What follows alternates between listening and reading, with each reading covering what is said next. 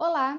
Hoje em Direito Penal nós vamos falar sobre medidas de segurança, é o ponto 4.8 do edital da Polícia Civil, e no Código Penal, os artigos que tratam da medida de segurança começam no 96 e vai até o 99, são poucos artigos, portanto. Nós vamos fazer uma análise sobre cada um deles e falar sobre uma parte teórica doutrinária sobre os sistemas da medida de segurança. Antes, vamos entender primeiro o que é medida de segurança. Medida de segurança é uma espécie de sanção penal, ao lado da pena. Veja, medida de segurança não é uma espécie de pena. Temos o gênero sanção penal com suas duas espécies, pena e medida de segurança. A pena se divide em pena privativa de liberdade, pena restritiva de direitos e multa.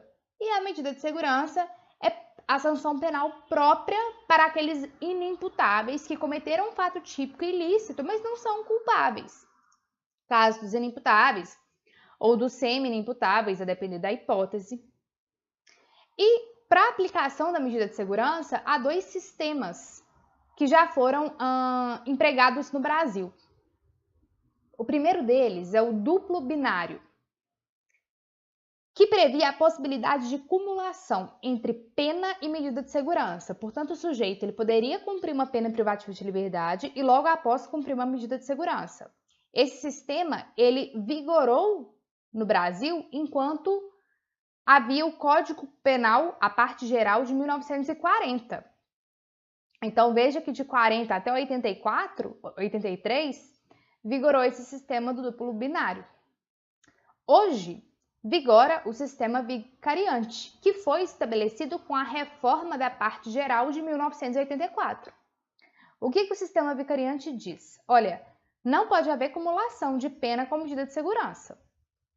A medida de segurança é uma substituição da pena, própria para aqueles indivíduos inimputáveis, que cometem fato típico e ilícito, mas não culpável.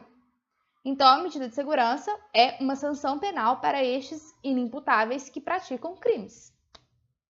Hoje, portanto, temos no Brasil o sistema vicariante, e é isso que o Rogério Greco, em seu livro, no capítulo 45, fala. Ele já começa falando dos sistemas. A medida de segurança ela pode ser cumprida de duas formas, duas espécies, digamos assim. A internação e o tratamento ambulatorial. O critério inicial para se falar em internação, e aí o próprio artigo 96 fala, é que se a pessoa recebe uma pena hipotética, claro, de reclusão, ela deve então ser internada em estabelecimento psiquiátrico. Por quê? Porque a reclusão é uma pena mais grave, o início dela se dá em regime fechado, semiaberto ou aberto, e portanto a internação seria a medida cabível. Mas ela recebe uma pena de detenção, que é uma pena privativa de liberdade mais branda, em que o regime inicial é o semiaberto ou aberto, então um tratamento ambulatorial com consultas médicas e medicamentos seria suficiente. Isso é o que diz a lei. Na prática, esse critério não é muito obedecido. Olha-se muito caso concreto, porque são casos clínicos que devem ser avaliados de forma individualizada. Tem pessoas que recebem uma pena de detenção, mas precisam ser internadas, e tem pessoas que recebem uma pena de reclusão, mas um tratamento ambulatorial é suficiente. Até porque a internação, assim como a prisão, que restringe a liberdade do indivíduo, deve ser sempre considerada uma medida excepcional. Veja, o Estado está suprimindo um direito fundamental do indivíduo, que é a liberdade, seja por meio da prisão, seja por meio da internação. Logo, deve ser considerada última ratio, em casos de extrema necessidade. Por isso é que, na prática e jurisprudencialmente, tem se relativizado esse critério de reclusão e detenção, porque não é um critério clinicamente adequado e até mesmo constitucionalmente adequado. Ok? Bom, quando termina a medida de segurança? Em tese, a medida de segurança deveria terminar quando aquele indivíduo restabelecesse a sanidade mental. Contudo, por questões até de dignidade da pessoa humana, esse restabelecimento ele não pode ter um tempo tão perpétuo. É inadmissível haver medida de segurança perpétua se não há nem pena privativa de liberdade perpétua. É uma incoerência do sistema jurídico. Por isso, a jurisprudência ela foi trabalhando em cima do tema, estabelecendo limites máximos de penas de medidas de segurança. E aí eu cito as súmulas 525, 520, 422 do STF e 527 do STJ, que eu recomendo a leitura. Há aí uma certa divergência entre os tribunais superiores. Se o tempo máximo deveria ser o de 30 anos, como o STF pensa, ou o da pena abstrata combinada ao delito praticado, como o STJ pensa. Então, dê uma leitura nas súmulas.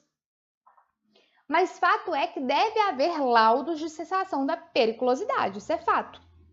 E aí, os artigos 97 e 98 tratam desse laudo, que é para ver se aquele indivíduo, de certa maneira, restabeleceu sua sanidade, não representa mais um perigo à sociedade e pode conviver aí com a sua comunidade. Bom, há um prazo mínimo de 1 a 3 anos para que ocorra esse primeiro laudo de cessação. Vamos fazer a leitura do artigo 97, parágrafo 1º. A internação ou tratamento ambulatorial será por tempo indeterminado, perdurando enquanto não for averiguada, mediante perícia médica, a cessação de periculosidade. O prazo mínimo deverá ser de 1 a 3 anos, portanto, prazo mínimo em lei. Parágrafo 2º. A perícia médica realizar-se-á ao tempo do prazo mínimo fixado e deverá ser repetida de ano em ano ou a qualquer tempo se o determinar o juiz da execução. Então, veja que de ano em ano deverá ser repetido esse laudo para ver se dá para liberar aquele inimputável sujeito à medida de segurança. O parágrafo 3º fala da desinternação. A desinternação ou a liberação será sempre condicional, devendo ser restabelecida a situação anterior se o agente, antes do decurso de 1 ano, pratica fato indicativo de persistência de sua periculosidade. Por entender que a insanidade mental pode ser cíclica e ela pode voltar a qualquer momento, é que olha-se essa liberdade do indivíduo, considerada inimputável, para ver se de fato ele restabeleceu a sanidade ou foi só uma fase que ele tinha passado de sanidade e a insanidade voltou. Então, se no decurso de 1 ano ele voltar a apresentar sinais que ele não está bem psiquiatricamente, ele pode voltar a ser internado. É o que diz esse parágrafo 3º. Lembrando que o semi-inimputável ele pode receber essa pena de medida de segurança, ele pode receber essa sanção penal de medida de segurança, caso for considerado assim melhor recomendado, e uma causa extintiva de punibilidade extingue a medida de segurança, exemplo da abolício criminis ou da prescrição. Para melhor entender o tema, eu recomendo a leitura dos artigos 96 a 99. Lembrar que o 99 fala dos direitos do internado. O internado será recolhido ao estabelecimento dotado de características hospitalares e será submetido a tratamento, ou seja, deve ser um estabelecimento adequado, que vai velar por sua individualidade, por sua doença, tratar da maneira adequada, clinicamente recomendada, respeitando e resguardando a dignidade da pessoa humana. A questão do semi-inimputável, está no artigo 98, a substituição da pena por medida de segurança. E as questões do prazo e das espécies estão, respectivamente, no artigo 97 e 96.